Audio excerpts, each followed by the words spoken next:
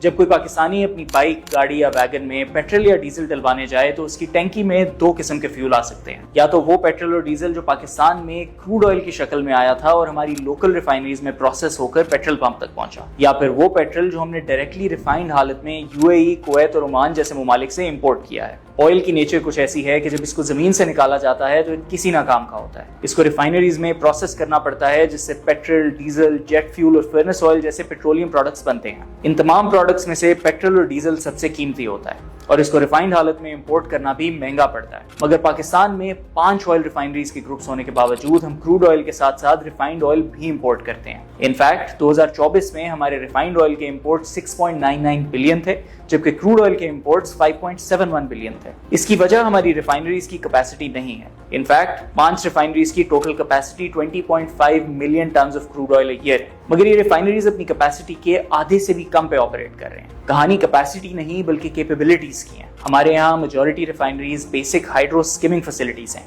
جو زیادہ furnace oil produce کرنے کے لیے ڈیزائن کی گئی تھیں۔ ایک زمانہ تھا جب اس بات کی تک بھی بنتی تھی۔ 1994 سے آنورڈز پاکستان میں فرنس آئل کی ڈیمانڈ کافی ہائی تھی اور 2002 آنورڈز مشرف حکومت نے فرنس آئل پر بیس تھرمل پاور پلانٹس کو انکریج بھی کیا تھا، مگر اوور دی ایئرز پاکستان کا انرجی مکس ہائیڈل، نیوکلیئر، کول اور امپورٹڈ LNG کی طرف شفٹ کر گیا ہے۔ فرنس آئل کی ڈیمانڈ 2019 میں 30 لاکھ ٹن سے گر کر 2026 میں 6 لاکھ ٹن پہ آ گئی ہے۔ ہمارے انرجی مکس میں فرنس آئل کا شیئر 7.4% سے گر کر 1% پر آ گیا ہے، مگر ریفائنریز کے آؤٹ پٹ میں ابھی بھی اس کا شیئر 21% ہے۔ ایز اے ریزلٹ پچھلے کچھ سالوں سے ہماری ریفائنریز عموماً فرنس آئل کو سستے داموں ایکسپورٹ کرتی ہیں۔ اس مسئلے کو حل کرنے کے لیے حکومت نے پچھلے دنوں ایک $6 ارب کا پلان متعارف کروایا۔ اس کے تحت ریفائنریز کی کیپیبلٹیز کو امپروو کیا جائے گا اور یہ فرنس آئل کی جگہ زیادہ پیٹرول اور ڈیزل پروڈیوس کرنا شروع کریں گے۔ نہ صرف اس سے ملک میں فیول پرائسز میں کمی آئے گی بلکہ فیول کی کوالٹی بھی امپروو ہوگی، کیونکہ حکومت چاہ رہی ہے کہ تمام ریفائنریز یورو 5 سٹینڈرڈ کے مطابق چلیں۔ مسئلہ یہ ہے کہ پلان کو کامیاب بنانے کے لیے پیسے ریز کرنے پڑیں گے